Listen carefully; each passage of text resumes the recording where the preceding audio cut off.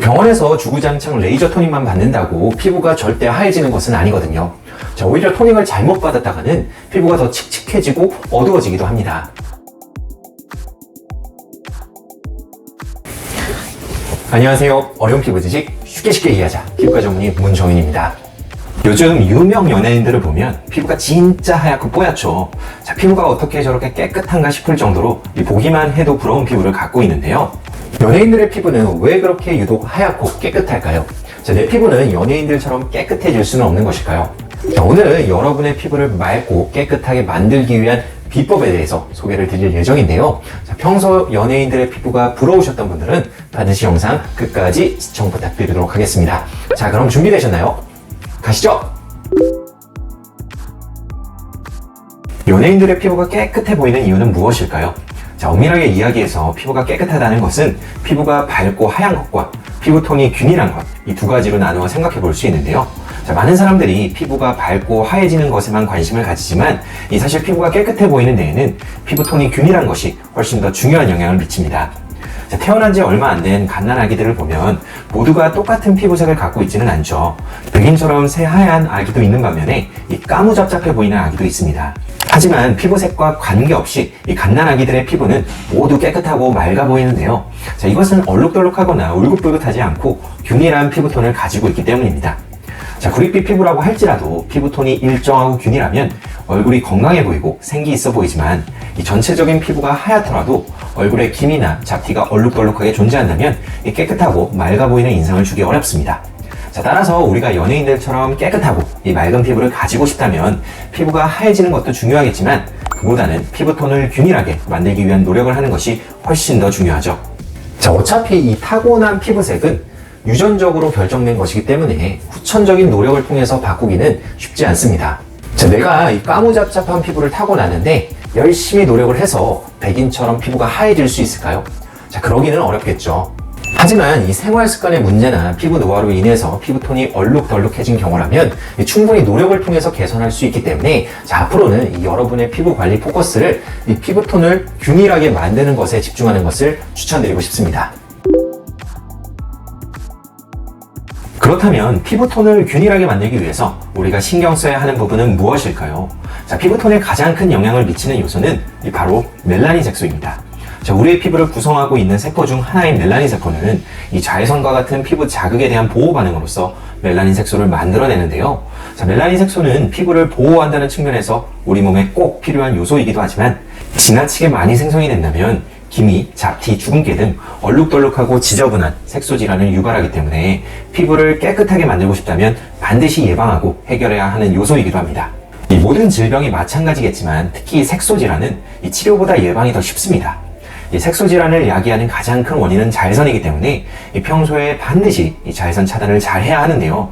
자, 날씨나 계절에 관계없이 매일마다 빠짐없이 자외선 차단제를 써야 하는 것은 당연하고 충분한 양을 하루에 2-3시간 간격으로 주기적으로 덧발라야 이 자외선 차단 효과를 극대화할 수 있습니다. 자, 또한 피부에 영향을 미치는 자외선의 종류도 자외선 A와 자외선 B로 구분을 하는데 이 피부 노화와 색소 침착을 유발하는 자외선은 대개 자외선 A이기 때문에 자외선 A를 충분히 차단하는 PA 등급이 높은 자외선 차단제를 사용하는 것이 유리합니다. 그 밖에도 미백 기능이 있는 레티놀 화장품이나 비타민 C 화장품을 사용한다면 피부가 깨끗하고 환해지는 데 도움을 받을 수 있는데요. 사용하는 것은 좋지만 자극감이 있다면 오히려 색소 질환을 더 유발할 수 있기 때문에 피부의 민감도에 따라 무리하지 않고 조심스레 사용하는 것이 중요합니다. 자세한 사용법에 대해서는 제가 이전에 올린 영상을 참고 부탁드립니다. 열심히 예방을 하더라도 이미 색소 질환이 생겨 잘 해결되지 않는다면 어떻게 해야 할까요? 피부톤을 어둡게 만들고 얼룩덜룩하고 지저분하게 만드는 색소 질환에는 기미, 잡티, 주근깨, 흑자, 에브놈 등 다양한 것들이 존재하는데요. 자, 보다 확실하고 안전하게 피부톤을 개선하고 싶다면 전문적인 병원 치료가 필요할 수 있습니다. 자, 그런데 병원에 가서 상담을 받아보면 무조건 레이저 토닝이 답인 것처럼 이야기하는 병원이 많은데요. 절대 그렇지 않습니다. 자, 어떤 색소인지에 따라 이 레이저 토닝에 반응을 하지 않는 경우도 있고 어떨 때에는 이 레이저 토닝을 잘못했다가 더 진해지고 칙칙해지는 경우도 있기 때문이죠. 어떠한 색소 질환이냐에 따라서 적합한 치료 플랜이 완전히 달라지기 때문에 내가 가진 문제에 대한 진단을 명확하게 내리는 것이 가장 우선시되어야 합니다. 색소가 이 피부 표면에 얕게 위치하고 있는지 혹은 깊게 위치하고 있는지 색소의 크기가 큰지 작은지 혹은 색소의 색깔이 진한지 혹은 옅은지 등에 따라 이 치료 방법이 달라지고 치료의 예후도 달라질 수밖에 없기 때문이죠. 보통 점이나 검버섯, 사마귀와 같이 이 피부 표면 위로 튀어나와 있는 것은 CO2 레이저나 어빔약을 레이저를 이용해서 깎아내게 되고요. 이 작은 잡티나 죽은 깨는 532나노미터 파장의 XLV 레이저를 딱지를 앉혀 떨어뜨리는 방식으로 두세 번 반복하면 제거할 수 있습니다. 만약 넓적하고 크기가 큰 흑자가 있다고 한다면 이 532나노미터 파장의 피코세컨드 레이저를 조사하여 치료할 수가 있죠. 다만 이렇게 피부를 깎아내거나 이 딱지를 앉혀서 떨어뜨리게 되면 이후에 필연적으로 PIH라고 부르는 색소 침착 현상이 생길 수 있는데요. 색소 침착은 시간이 지나면서 자연스럽게 흐려지기는 하지만 보다 적극적으로 해결하고 싶다면 1064나노미터 파장의 레블라이트, QX맥스 등의 레이저를 이용한 이 레이저 토닝을 시도해 볼 수 있습니다. 레이저 토닝은 여드름이나 모낭염 이후에 발생한 색소 침착을 해결하는 데도 상당한 도움이 되고요. 게다가 색깔이 연하거나 피부 속 깊게 위치한 색소를 치료하거나 이 만성적으로 재발하는 기미를 치료할 때 사용하는 표준 치료법 또한 레이저 토닝입니다. 하지만 레이저 토닝은 통상적으로 1, 2주 간격 10회 이상의 오랜 치료가 필요하기 때문에 다소 인내심이 필요할 수 있고요. 시술 방식도 시술자마다 확연한 차이가 있고 또 색소 상태에 따라서도 이 세부적인 레이저의 선택이나 보조 치료법의 선택이 달라져야 하는 부분이 있기 때문에 이 시술자의 전문성에 따라 결과 차이가 큽니다. 특히 기미의 경우 빨리 좋아지게 하겠다는 욕심으로 자칫 강한 에너지를 조사하면 오히려 더 진해지거나 얼룩덜룩한 저색소반이 생길 수 있으므로 굉장히 조심스럽게 치료를 해야 하죠. 효과적인 레이저 토닝 방법이 무엇인지, 이 부작용으로는 무엇을 조심해야 하는지에 대해서는 제가 이전에 올린 영상을 참고 부탁드립니다.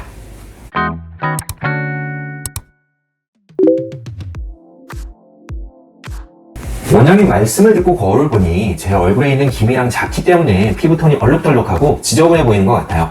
원장님 말씀대로 이것들을 열심히 치료하면 저도 연예인들처럼 피부가 깨끗해질 수 있겠죠. 솔직하게 말씀을 드리자면 그럴 수도 있고 아닐 수도 있습니다. 깨끗한 피부톤에 있어 색소가 가장 중요한 것은 맞지만 그 외에 다른 요소들도 관여하기 때문이죠. 특히 색소 외에도 홍조가 있는지 여부를 주의 깊게 확인해야 하는데요.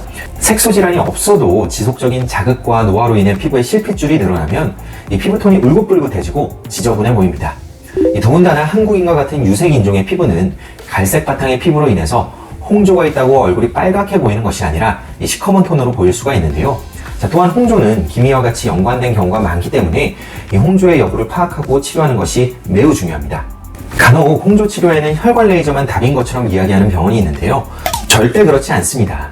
이미 늘어난 실핏줄을 해결하기 위해 혈관 레이저가 필요한 것은 맞지만 홍조를 유발한 근본적인 원인은 따로 있는 경우가 많기 때문에 이 원인에 대한 진단과 치료 또한 필수적이죠. 예를 들어 피부 장벽 기능이 떨어져서 자극이 쉽게 노출이 되고 자극에 대한 2차적인 반응으로 홍조가 생겼다고 한다면 이 피부 장벽 기능 회복을 위한 보습제 사용이 매우 중요하고요. LDM 트리플, 인텐스 울트라 등의 초음파 관리나 이 피부 재생과 진정을 도와주는 스킨 부스터 치료가 필요합니다.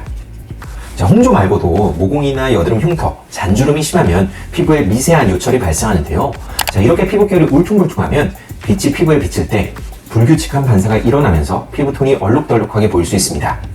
피부가 살짝 패여있는 부분에 그림자가 생긴다고 생각하면 이해하기가 쉽겠죠. 또한 얼굴에 잔털이 많다면 이 시커먼 털에 의해서도 피부톤이 어두워지고 칙칙해질 수 있습니다. 이렇듯 피부톤에 영향을 미칠 수 있는 매우 다양한 요소들이 존재하기 때문에 내가 피부가 깨끗해지고 싶다면 전문가에게 먼저 구체적이고 상세한 진단을 받고 그에 맞춘 치료를 진행하는 것을 추천드리고 싶네요. 오늘은 이 연예인처럼 피부가 깨끗해지는 비결에 대해서 얘기를 나눠보았는데요. 피부가 깨끗해지고 싶다면 이 피부톤을 균일하게 만드는 것이 매우 중요합니다. 하지만 이거 어떤 한 가지 문제만 해결한다고 해서 달성할 수 있는 부분은 아닙니다.